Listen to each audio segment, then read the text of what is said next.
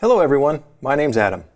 In this problem, we're going to be verifying the identity tangent squared theta divided by secant theta is equal to sine theta times tangent theta. And again, when you're verifying an identity, what we're trying to do is show that one side of the equation is equal to the other. And the general rule of thumb is you take the more complicated side of the equation and use that to work with and simplify to get it equal to the other side. Now, of course, sometimes that's pretty straightforward and sometimes it's up to the person working on it. Here we're going to take the left-hand side, tangent squared theta divided by secant theta, and show that that can be equal to sine theta times tangent theta. So starting, we're taking our tangent squared theta divided by secant theta. Okay. Now, to work with this, we have fundamental trig identities at our disposal, and there's more than one way to do this. For example, we have a Pythagorean identity that we know involves tangent squared theta. And we also have an identity dealing with secant theta. But one of the things that happens often when you have either a multiplication or a division of trig functions, sometimes the easiest route is just to break everything down in terms of sines and cosines. So that's what we're going to do here. First, to make our work a little bit easier, I'm going to factor this, or just write it as tangent squared theta times 1 over secant theta. Okay. And as we said, now we're going to turn both of these into sines and cosines. So what do we know? We know that tangent theta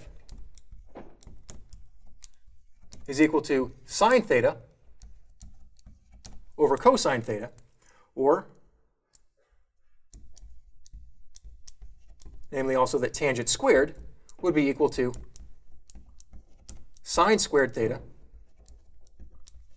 over cosine squared theta. And also that cosine theta is equal to 1 over secant theta. So using both of these and plugging in tangent squared theta is sine squared theta over cosine squared theta and times 1 over secant theta, which can be written as cosine theta. So let's take a look at what we have. Well, right off the bat, we see that we can cancel this cosine with one of the cosines on the bottom, leaving us with sine squared theta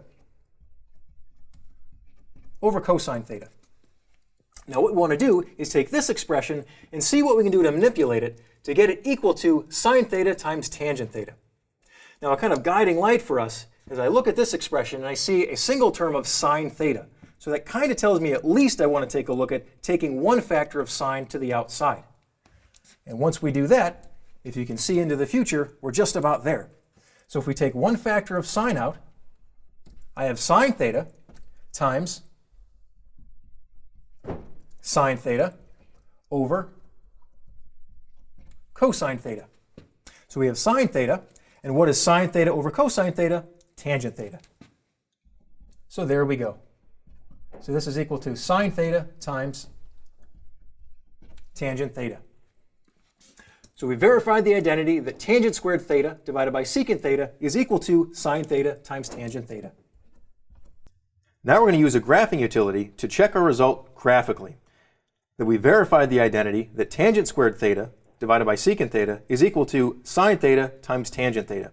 So what we're going to do is enter each side of the equation as a separate function, and then graphing each function, we should see that the graphs will coincide with each other, meaning that both are equal to each other. So what we're going to do to start is graph just one side of the equation to get a graph to start with. So we'll graph the left side. So going into our equation input, for our first equation, we're going to type in the quantity tangent of x instead of theta, tangent squared, divided by, and instead of secant, we're going to write divided by quantity 1 divided by cosine of x. And in our mode, if we're not there, we'll make sure we're in radian mode. And then next we'll go to the window setting.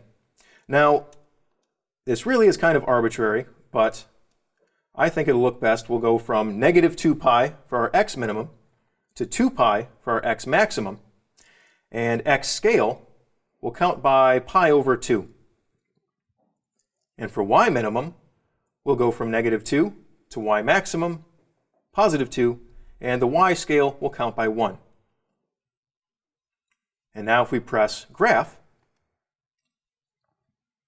we should see the curve being sketched out. So we should have, looks like vertical asymptotes at multiples of pi and zeros at odd multiples of pi over 2. So what we have is the graph of the left-hand side of the equation. Now if we type in the right-hand side of the equation, we should see the graph of that, sine x times tangent x, equal to the graph of what we already have. So we'll go back to our equation input and arrow down to the second equation, or y2, and type in sine x times tangent x. Now everything else all being set, we'll just press graph, and then waiting, you actually should see nothing happen, meaning that the graph of sine of x times tangent x is being traced over tangent squared divided by secant, which confirms our identity. Thank you very much.